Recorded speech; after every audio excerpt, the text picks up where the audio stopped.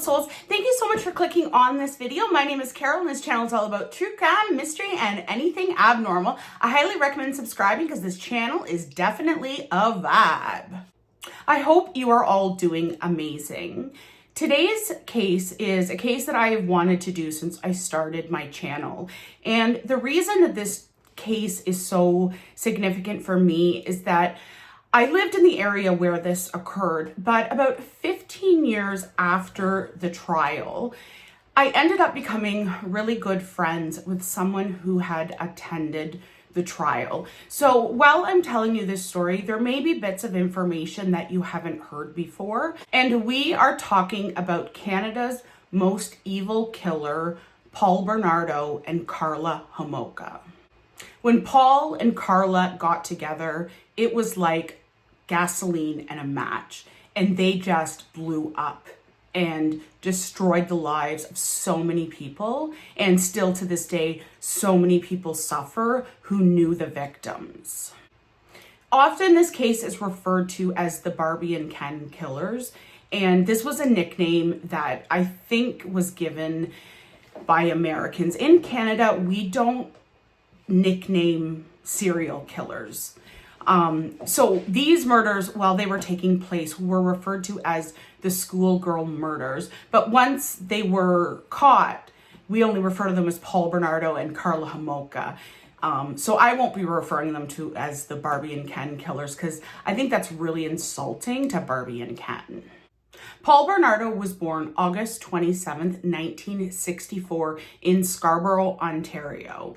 And Scarborough is just the northeast end of Toronto. On the outside, Paul Bernardo seemed like an average, happy kid. He was always smiling. He was very good at school. He's very intelligent. And he was a member of the Boy Scouts. But behind the cheerful mask, Paul Bernardo's home life was anything but perfect. His father, Kenneth, was not just strict, he was extremely cruel to the children. And as well, Kenneth was charged with essaying Paul's sister and did get in trouble with the police for that. Paul's mother, Marilyn, was very distant from the family. She spent most of her time in the basement, not interacting with anyone in the household. Despite the dysfunctional family he was growing up with, Paul always presented a very put together, well-adjusted mask on for the rest of the world.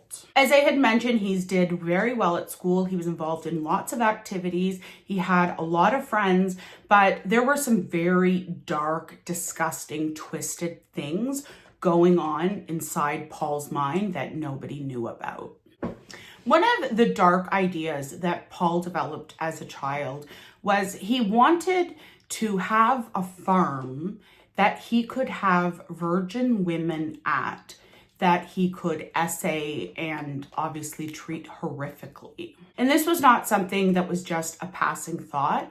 This was something that Paul thought about all the time. In 1981, things changed a lot for Paul. His mother told him that his father, Kenneth, was not his biological father, and this infuriated Paul. His anger boiled over and he would berate his mother, calling her absolutely horrific names. This was just the beginning of Paul Bernardo's hatred for women.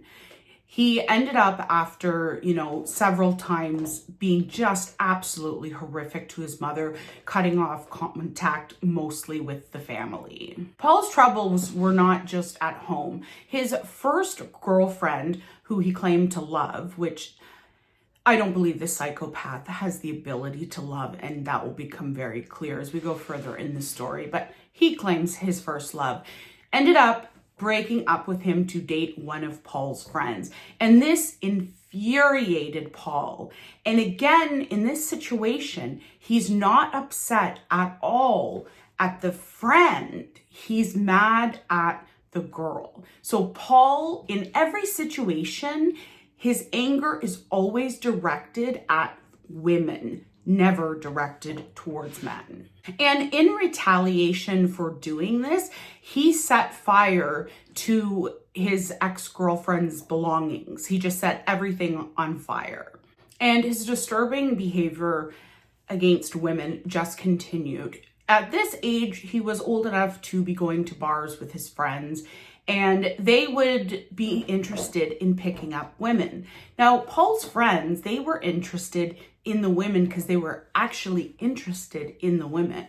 Paul was interested in getting a woman's attention and then publicly humiliating her. And the way that he treated these girlfriends behind doors was extremely horrific. He was severely, severely abusive in every way. By the mid-80s, there had already been 2 women who had been granted restraining orders from Paul Bernardo.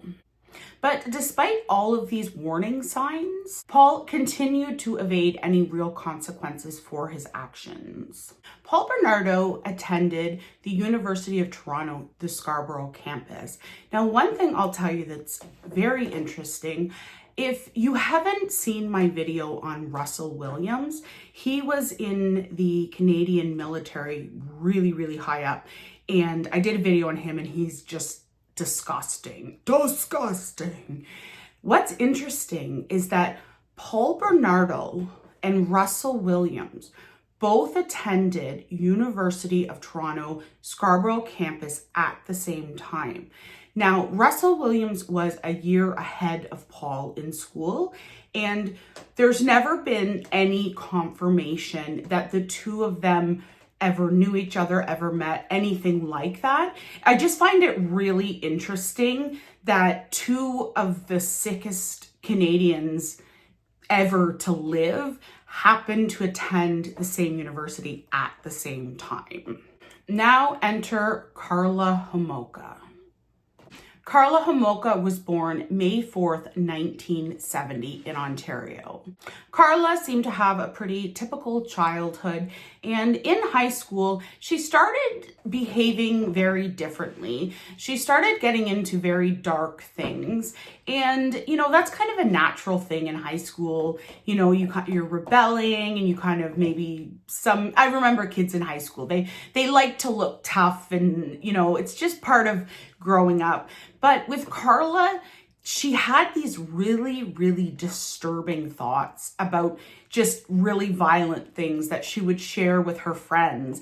And to her friends, it was very disturbing and alarming. She did have a love of animals, and she began working part-time at a veterinarian clinic when she was still in high school. Karla was attending an animal convention in Toronto, and her and a couple of her co-workers were sitting in a restaurant, having a couple of drinks, having dinner, and Paul Bernardo came up, introduced himself, and he had a friend with him. So they all kind of hung out, and Paul and Karla, the minute they laid eyes on each other, they were obsessed.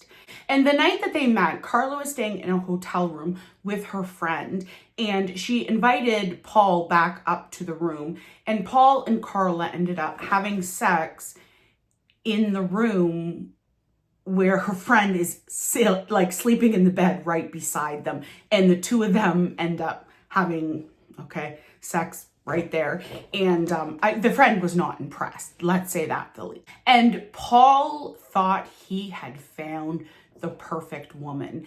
The dark fantasies he shared with Karla, she wanted to go farther.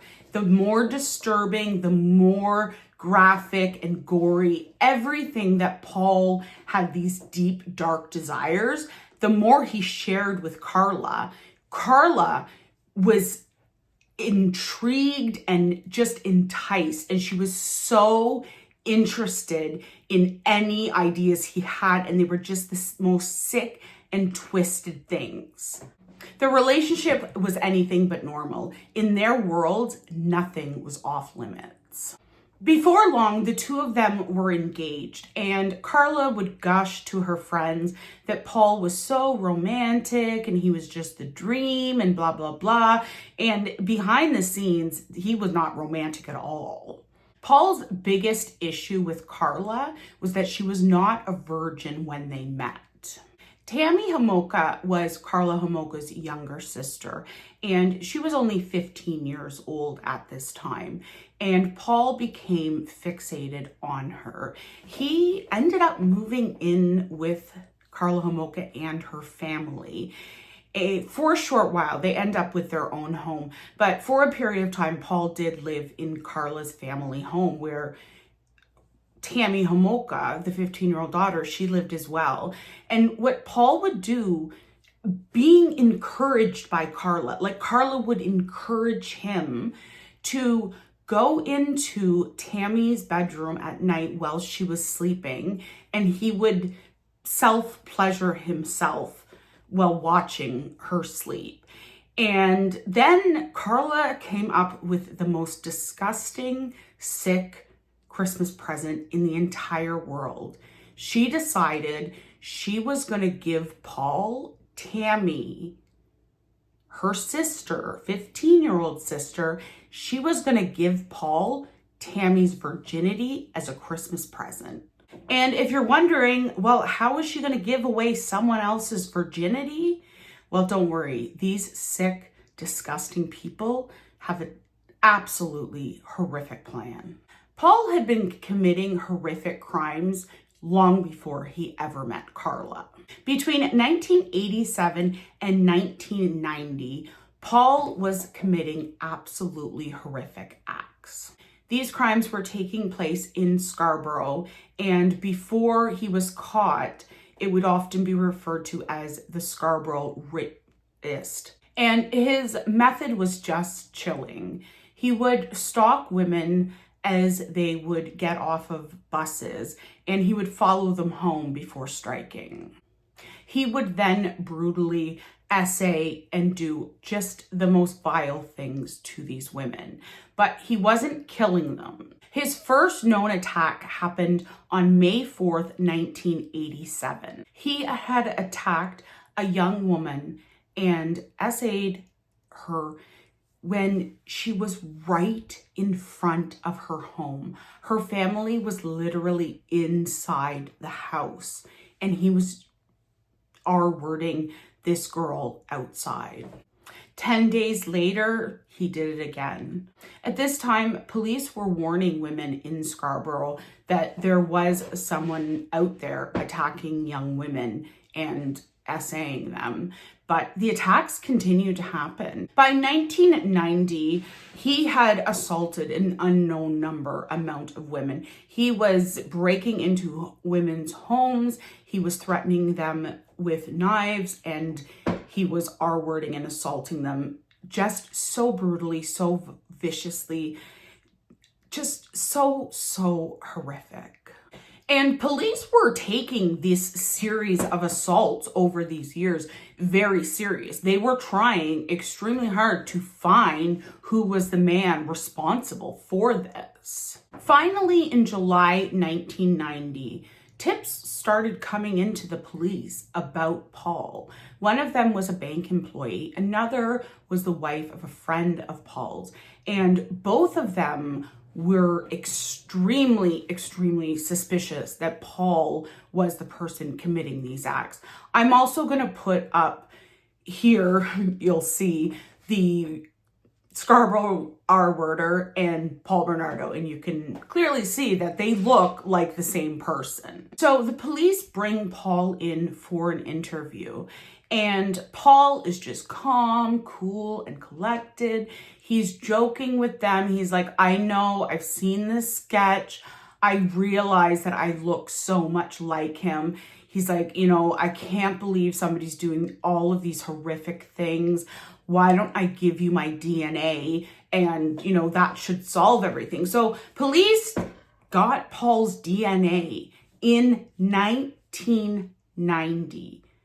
Everything else I am going to tell you that happens could have been prevented if the police would have checked his DNA. So around this time, Paul's life kind of falls apart.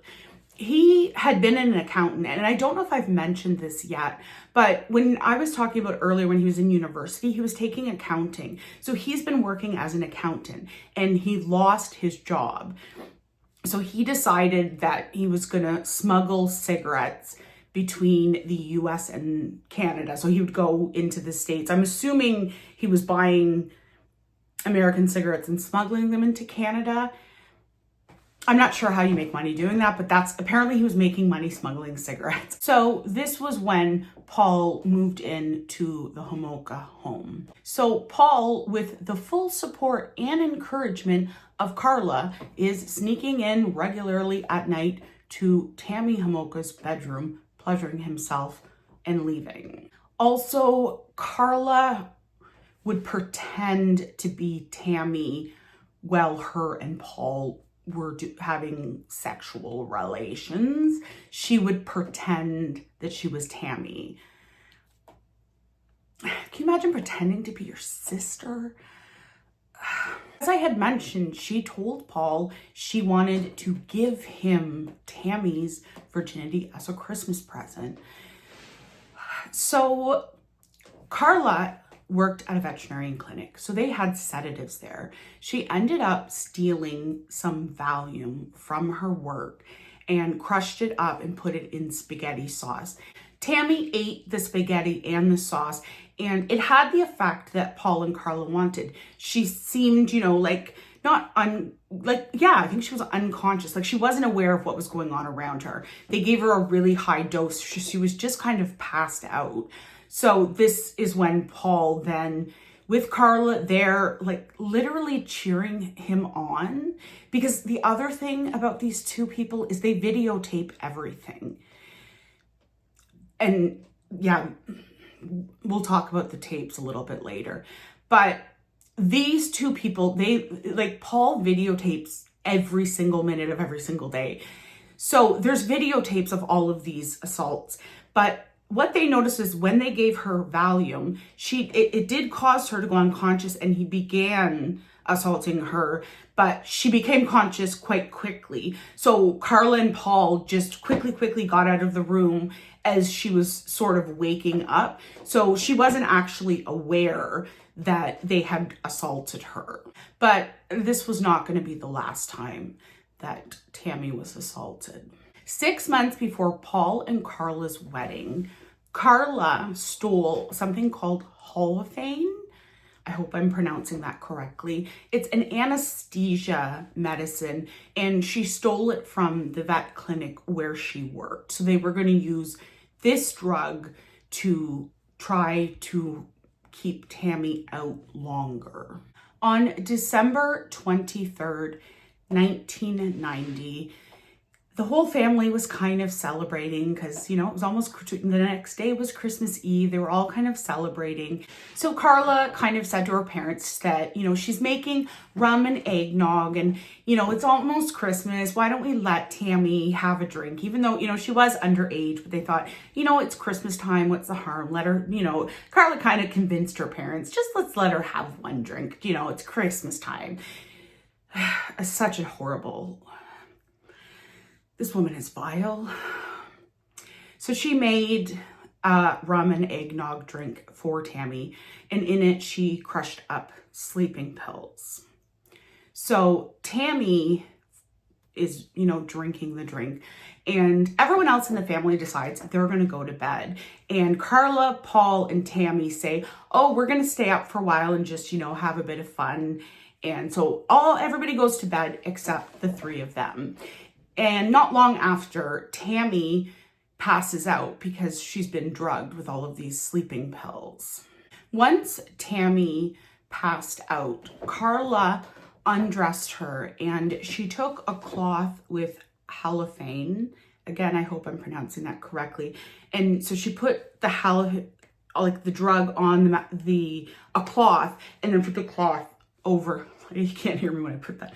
she put a cloth like over her sister's mouth. Now, the reason this is so significant is that this is going to leave a burn mark around Tammy's face. So once Tammy was completely unconscious now with the more serious drug in her system, Paul and Karla took turns essaying her. Karla Homolka was very, very excited and very excited to essay her own sister and watch her soon-to-be husband essay her sister. And they filmed themselves doing this. The reason we know so much about exactly what Paul and Karla did is because they videotaped everything that they did. But when someone is talking about the Paul, Bernardo, or Karla Homolka tapes, they're not talking about all these home videos. The tapes that they're talking about are of the essays and the torture. And I'm going to go into more with the tapes. The tapes were never made public, thank God. But this was part of the tapes that was kept private. Like, it was withheld, obviously, from the public. But I'm going to go into whole big details about the tapes a bit later when we get into the trial. But just know that they videotaped all of this. And Tammy then began throwing up, and she was on her back and she starts throwing up. So they had no intention with Tammy. They were not trying to kill Tammy. I think they wanted to keep Tammy alive so that they could continue doing this to her. And Tammy started choking on her own vomit. And, you know, they tried to turn her on her side, but unfortunately, she passed away. And Karla and Paul dressed her because she was naked because they were essaying her. So they had like redressed her. You know, they go upstairs, they yell to the parents, they call 911. But everyone thinks this is just an accident. Everyone thinks that Tammy had a drink. She was young, hadn't really drank before. And they think she just started throwing up on her own and, you know, choked on her own vomit. Now, the thing that I find the most puzzling is that Tammy had a big chemical mark around her entire mouth, like a chemical burn. So I don't understand how at the autopsy, they didn't want to try to figure out why does she have a chemical mark around her mouth on the day that she dies? But Tammy's death was ruled an accident. And before Tammy had died, Karla, I mentioned, would act like she was Tammy while she was having sex with Paul. After Tammy died, she started dressing in Tammy's clothes for Paul, playing her sister Tammy. And these two sick, twisted, disgusting people, this was like the most amazing thing in the world to them. It was just, they loved it. It was just, Then Paul, Bernardo, and Karla Homolka moved out of her parents' home, and Paul had gotten a job, so they bought a home in St. Catharines, Ontario.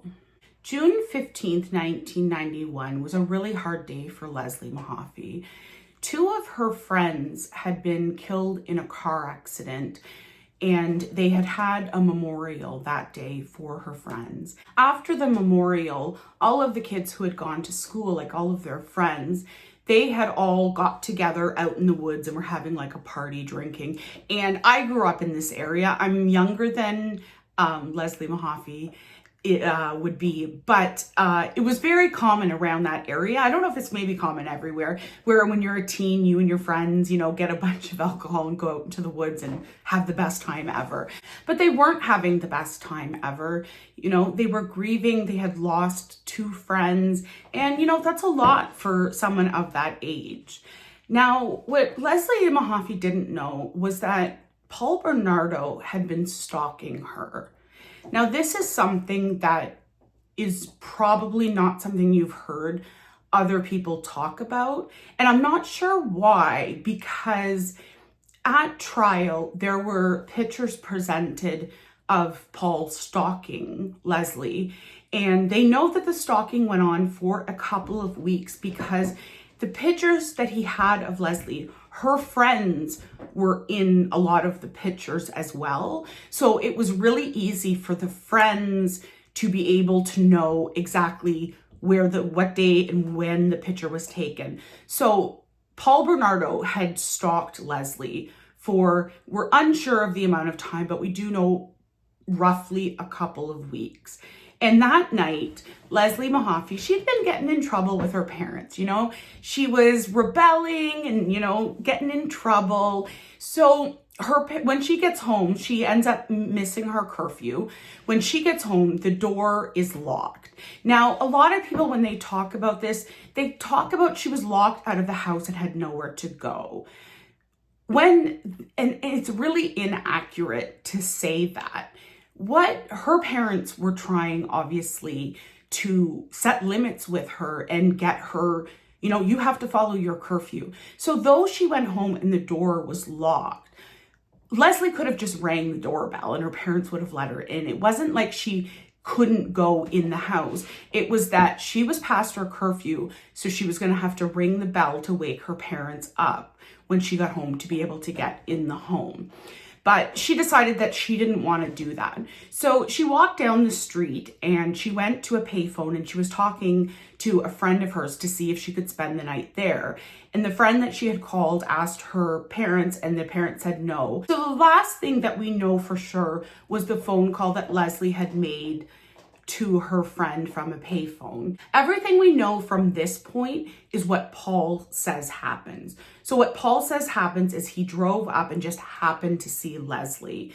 Well, he was stalking her, so I'm pretty sure he didn't just happen to see her. He was waiting for her. And he claims that Leslie approached his car to ask him for a cigarette. And that is when he grabbed her and kidnapped her and took her to his home in St. Catharines. Paul claimed that he had blindfolded Leslie Mahaffy.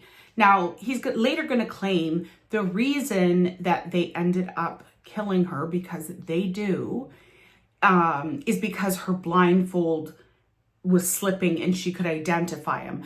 But Paul, if she asked you for a cigarette, she would have seen your face when you forced her into the car. So she has already seen your face. But what they do to this young woman is absolutely horrific. They videotape all of it. So all of the essay and torture is videotaped. And these are the tapes when they're referred to the Paul Bernardo and Karla Homolka tapes. They tape everything except the murder. The actual murder of each girl, that is not videotaped. But when I tell you that they did the most disgusting, degrading things, it's so unbelievable. And as I had mentioned earlier in the video, the person that I had met who had been at the trial started telling me what was on the tapes. Now, the visuals of the tape were never shown to the jury. The jury has only ever played the audio because they believed that it would cause permanent trauma to the jury if they were to see the visuals. So this person that I became friends with was in the courtroom, and she told me a couple of things, and it's the worst thing. I just said, please stop. I don't want to know anymore. And I just think the fact that I couldn't even listen to what the girls had gone through, these girls lived this. So Leslie Mahaffy was held for several days where she was tortured in the absolutely most brutal ways possible. She was essayed by both Paul and Karla, who were laughing and having the time of their lives with pop music playing in the background. Like, they were just so excited, and this was like the best thing in the entire world to them. And one of the girls was forced to sit on a toilet, and Paul Bernardo said to her, "Shit, or I'm gonna remove a fingernail." And the girl wasn't able to, and he ripped off her fingernail. That continued until she was able to go to the bathroom. So that's just an example of exactly how horrific these young women's lives were until they were murdered. And one thing that was extremely disturbing was on the tapes, Paul Bernardo told 14-year-old Leslie Mahaffy that she was doing a good job.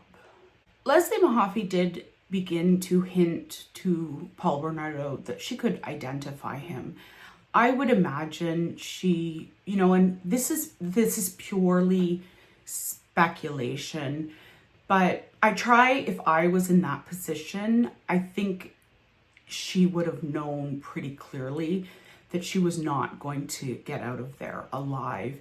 And maybe she wanted to encourage them to end her life because she needed the torture to end. I don't know how a 14-year-old girl could live through that. And that is pure speculation on my account. That is not factual that that's what her intention in hinting that she could identify them. That's just possibility that I think it could have been, but nobody knows, obviously, what was going on inside Leslie's mind. And the next day, Leslie Mahaffy was murdered by Paul Bernardo and Karla Homolka. Now, as I had mentioned on the tapes, they did not videotape the actual murder.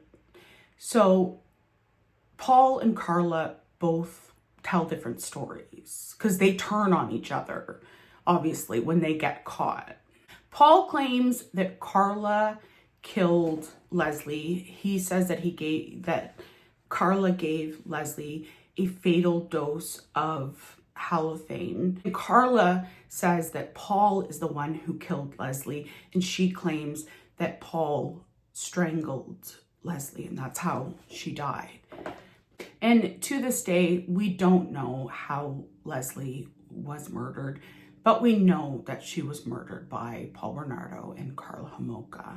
After Leslie was murdered, Paul Bernardo and Karla Homolka went to a family dinner at Karla Homolka's house. And she was, they were there, they were happy, they were excited, like just acting like they didn't just do the most horrific thing humanly possible. And then they get home from the dinner. And the reason we can't know how Leslie was murdered is because they cut up her body, encased it in cement, and threw it into the lake. In 2005, just before Karla's release, because Karla's free, we'll get into that. Just before her release from prison in 2005, Paul claimed to give the police details of what happened to Leslie.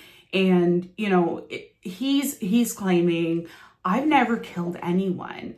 I just, I essay women, I kidnap them, I torture them, but I definitely know killing, that wasn't my thing.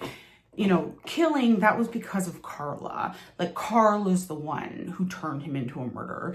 And it's like anything this sick, disgusting piece of shit says should be ignored. Honest to God, he's so vile and disgusting. So back to the timeline, they have disposed of Leslie's body and they decide they want to have a new victim. On April 16th, 1992, Paul and Karla started driving through the streets. It was just after school had let out, and they were searching for who would be their next victim. That is when they spotted 15-year-old Kristen French. And Kristen French was an absolutely amazing young woman. She was just, and I know every time someone has been murdered, it's always like, ooh, they lit up a room. But she really was a really, really amazing person. She was loved so much by her family. She had so many really good friends. She did really well in school. And, you know, her and Leslie, a lot of times they don't get talked about as much because, you know, we focus on the killers. But both of these young women were so young and so precious. And just to know the last days of their lives were so horrific before their lives were cut short. So Paul Bernardo and Karla Homolka spot Kristen French. Karla pulls out a map. This is back in 1992, so that's what, there's no GPS. So they pretend that they're lost. They pull up near Kristen French, and Karla is in the passenger seat. Paul is in the driver's seat, and Karla is the one who opens her door and is saying to Kristen, oh, could you help me? I'm trying to find whatever, you know, whatever bullshit she made up. So Kristen came over and was looking at the map, trying to help them. So Kristen, who is focused on the map and trying to help Karla, she doesn't notice that Paul gets out of the driver's seat, comes back around the car and is now behind her. And that is when Paul put a knife to Kristen's throat. Karla got into the back seat and Paul forced Kristen into the passenger seat, and Karla's behind her, and Karla restrains her in the car. Well, Paul then goes around, gets in, and they drive away. And when Kristen didn't make it home from school that day, her parents called the police immediately because this was not like her at all. And the Niagara Regional Police jumped into action right away trying to find Kristen. Now, there were witnesses to Kristen's kidnapping, so they had eyewitnesses who had witnessed what had happened. They also found one of Kristen's shoes in the parking lot. I'm not sure if I mentioned it. They were in a church parking lot and she was walking along the sidewalk, so they forced her into the car. They were in this parking lot, and one of her shoes was found in the parking lot, confirming that she had been abducted. It was Easter weekend when Paul Bernardo and Karla Homolka abducted Kristen French.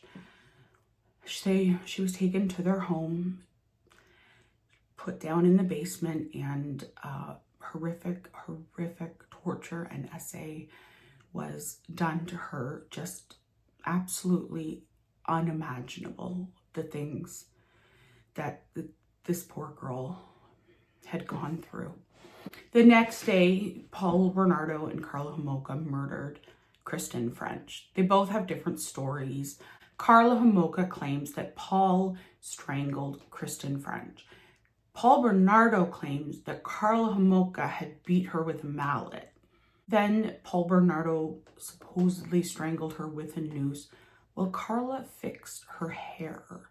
Now, this is a really, really weird thing because when Karla would have these girls in her home, she would switch from this like sadistic torture to almost this like childlike friendship with them, as though it was almost as though she wanted the girls to like her. Like, it's very, very, it's very twisted. And the thing that's so terrifying is Karla is free, and she's been free for a long time. On April 30th, 1992, Kristen French's body was discovered in a ditch in Burlington, Ontario. Before they dumped her, they ended up cleaning her up, and they also cut her hair off. Now, police believed that they had cut her hair and kept it as a trophy, But Karla Homolka claims they cut her hair so she'd be harder to identify, which makes absolutely no sense. On May 12, 1992, Paul was questioned again by the Niagara Regional Police. It was not in regards to either of the murders. This was police questioning about the SA assaults that he had committed in Scarborough before he had met Karla. Just 3 days later, a task force was formed to try to solve what was at the time known as the schoolgirl murders, to find out who had killed Leslie Mahaffy and Kristen French. Again, another friend of Paul Bernardo contacted the police and told them that he very much believed that Paul Bernardo was responsible for the murders. So finally, in December 1992, the DNA that they had got from Paul Bernardo all of those years ago, which could have prevented all 3 of these murders, they finally decide to test Paul Bernardo's DNA. So the DNA is sent away for testing, and this is in 1992, so it takes a bit of time for them to get back the results. Then on December 27th, 1992, the entire situation escalated when Paul Bernardo beat Karla Homolka with a flashlight. And her face, she was beaten so badly, her whole face was black. She didn't just have black eyes, it was all the way down her face. I'll insert a picture here of what she looked like. So she tried to say to people that she was in a car accident, that it wasn't Paul. And just to be clear, Paul and Karla's relationship was extremely abusive, but it doesn't justify a single thing that Karla did. So she starts telling people she was in a car accident. Nobody believes her. A friend that she worked with actually ended up calling her parents because they were so concerned. So her parents, they went to see Karla. As soon as they saw her, they got her in the car and they took her to their house because they didn't want her anywhere near Paul. They had no idea the horrific things Karla had done at this point. It wasn't until Karla's parents took her to the hospital that she actually admitted that it was Paul who had abused her and, done all of this to her. Paul Bernardo was arrested, but he was released on bail. And this is when Karla Homolka decided that she was going to leave Paul Bernardo. So she went to stay with relatives. Meanwhile, it took 26 months for the DNA to come back and confirm that Paul Bernardo was responsible for all of the SA assaults that had happened in Scarborough. Karla was interviewed by the Toronto police, but this was in relation to see if she knew anything about these assaults that had happened in Scarborough. But those assaults, they had happened before Paul and Karla had met. So at first in the interview, Karla just talks about how badly she was treated by Paul. But later that night, she went home and she was staying at her aunt and uncle's house, and she confessed to her aunt and uncle that her and Paul were the people responsible for the murder of Leslie Mahaffy and Kristen French. And this is where the deal with the devil was made. Karla went into police and convinced police that her and Paul were the ones who were responsible for this, but she played it as though she was a victim. Police reopened the investigation. Well, there never was an investigation, but they reopened and started looking at the death of Tammy Homolka. On February 17th, police finally had enough evidence to arrest Paul Bernardo. They spent 71 days searching the home, and they were searching for the tapes, because Karla had told police that these tapes existed. And Karla, she is just such a vile woman. The reason that there's so much more anger directed towards Karla is not because anyone thinks that Paul Bernardo is not as absolutely horrific as Karla Homolka is. But Paul Bernardo is going to spend the rest of his life in prison. He's going to die in prison. Karla Homolka, she made a deal with the police. Now, one thing I want to point out about this deal, so she makes this deal with the police that she's only going to serve 12 years. So the deal that police made, I looked up this deal because I wanted to know, okay, why was there not part of the deal was that she had to be telling the truth for the deal to like stand up in court, like for the deal to go like continue, she has to have been honest. And to me, I'm thinking, why did they not include that in the deal? And I looked it up and they did include that in the deal. But the police still had not seen the tapes. So all they really had to go on was Karla's word. But really to know exactly what happened, they knew from Karla that there were tapes of all of this, but they couldn't find them.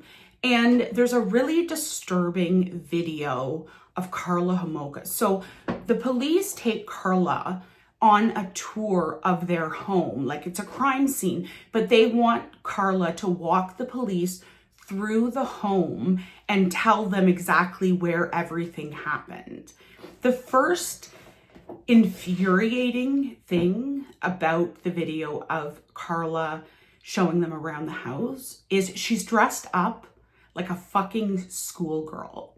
So at this time, these murders were referred to as the schoolgirl murders until they were caught. So her dressing up like a schoolgirl when she was responsible for what she had done, it's just beyond infuriating. And she is walking through this house. Oh, you know, so-and-so is tortured over here. And oh, the murder happened over here.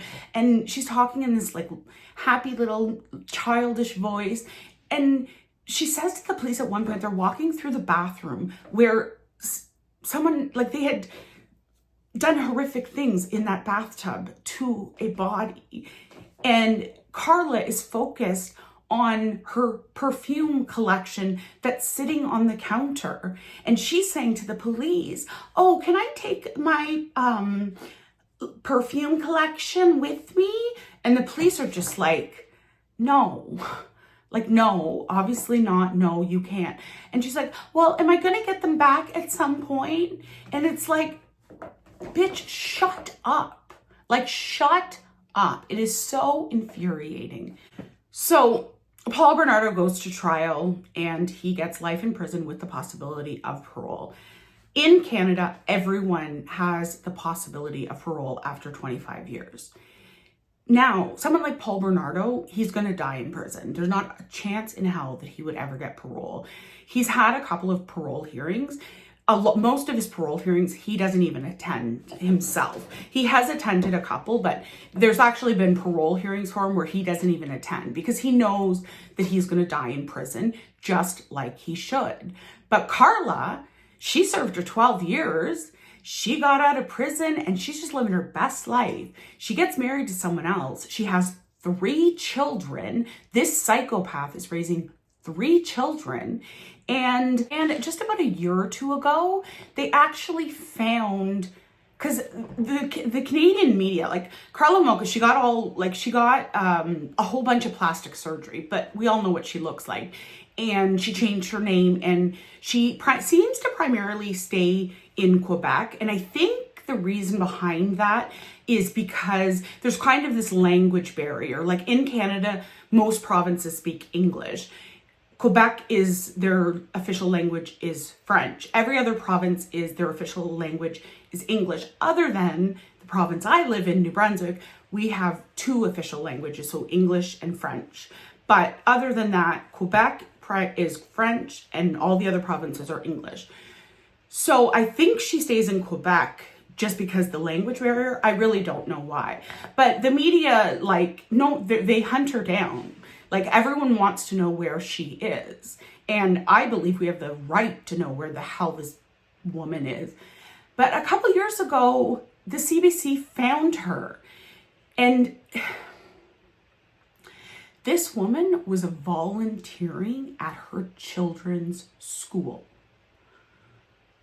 The woman responsible for the death of her sister Tammy Homolka, the woman responsible for the death of Leslie Mahaffy and the woman responsible for the death of Kristen French, is volunteering at a school. Now, obviously, after the media put that out, the school was like, oh my God, like, we don't want anything to do with her, right?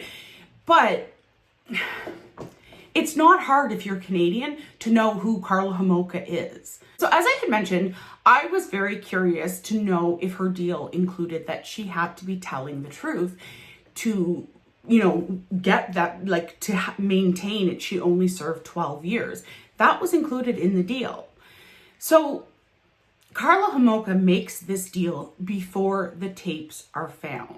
The police, they searched for 71 days. They found one tape, I think, but they couldn't find any of the tapes that they were looking for. Paul Bernardo actually ended up telling his lawyer where the tapes were. The tapes were in their garage, like in the ceiling of their garage. So police eventually get the tapes. There were police officers that watched these tapes, and they've got to watch all of it. And it is like everything is videotaped non-stop. And there were police officers that had lifelong trauma from viewing these tapes. So at Paul Bernardo's trial, I know I've already told you that he was convicted and his sentence, but during the trial, the tapes became a really big concern because it was, you know, concrete proof to show and prove everything that they needed to prove. The problem was nobody thought that a jury could handle watching the tapes. So there was a lot of debate over how much trauma is this going to cause the jury. So what they ended up deciding was they were going to play the audio of the tapes in court, which is what they did. The visuals of the tape, if you ever hear anyone claim dark web anywhere that they have these tapes, they do not. These tapes were under lock and key, and as soon as Paul Bernardo was convicted, the tapes were destroyed, and they have never been made public. So if anybody ever claims that they've seen these tapes or they have these tapes, it's a lie. I mean, it was very easy for the jury to convict Paul Bernardo. The amount of pain that these two people caused so many people. And the thing that angers me so much about this case is in her deal, it said, it said in the deal, you're getting this 12 years deal because you're telling us the truth. The tapes proved she was lying. So I apologize in this video if I've been a little extra emotional.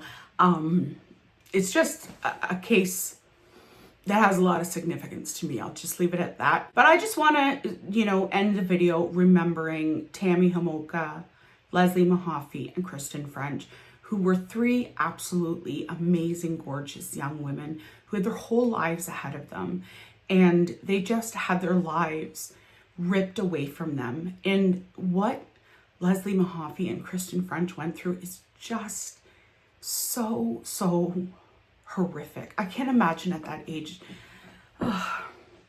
So that is the end of today's story and the absolutely horrific crimes of Paul Bernardo and Karla Homolka. And yeah, she's just living her life.